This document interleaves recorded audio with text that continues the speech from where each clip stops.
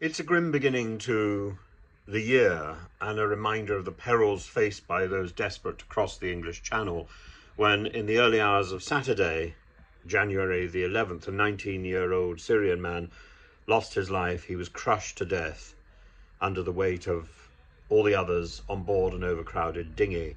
And this tragedy is not just a statistic, but a devastating human story, one that reflects the broader crisis of migration, smuggling, and the failed policies of both this government and the previous government, and of France.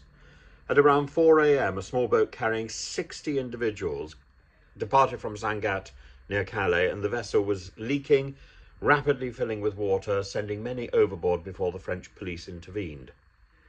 On rescue, the body of a young Syrian man was discovered in cardiac arrest, likely crushed under the cramped conditions, and this marks the first reported death on the Channel, at the Channel border in 2025. And 2 arrests have been made, and investigations are ongoing to uncover the role of suspected smugglers, and the scale of desperation that drives people into such peril cannot be underestimated. The deceased young man represents not just individual loss, but the crushing failure of a system meant to protect human dignity.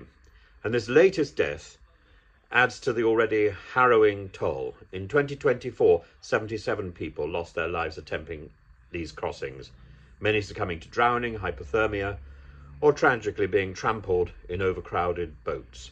In one horrifying incident last October, a 4-year-old child met the same fate. These are not isolated incidents, but recurring failures, repeated year after year because of the inadequacy of the system.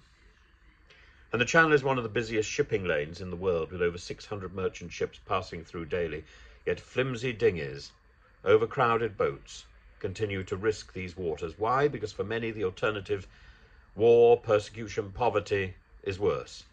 And the UK government's response has been to double down on law enforcement, including funding a £150 million border security command and allocating £476 million in cooperation with France to stem the crossings. This includes plans to smash the gangs behind smuggling, but critics argue that these measures address symptoms, not causes. The way to deal with this problem is to put consular offices along the French coast, and automatically, overnight, this problem goes away. Labour's approach has been to replace the Rwanda deportation scheme with sanctions targeting smugglers. But while politicians debate, the boats keep coming, and so do the bodies. Advocates for migrant rights, such as Doctors of the World, emphasise the need for safe and legal routes to end these tragedies. And as long as such pathways are absent, crossings will continue, driven by desperation, exploited by smugglers who value profit over lives. Every government policy that limits legal entry adds pressure to this deadly pipeline. And at the root of this crisis is a moral and political dilemma. How does the UK balance border security with its humanitarian obligations? Both sides of this debate need to reckon with the human cost. Migration isn't a challenge unique to Britain. It's a global crisis requiring international cooperation and empathy. We cannot allow the loss of this young man and countless others like him to fade into obscurity because of our inadequacy.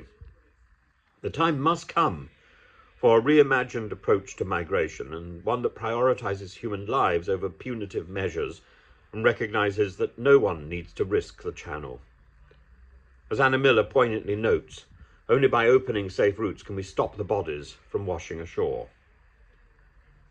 The story of the 19-year-old Syrian man who perished this weekend is not just a tragedy, it's an indictment of the systems that have failed him. I hope his death will be a wake-up call, pushing Britain and France towards solutions that value humanity over rhetoric. Because at the moment, we're in a mess, and we're in a moral maze of our own making.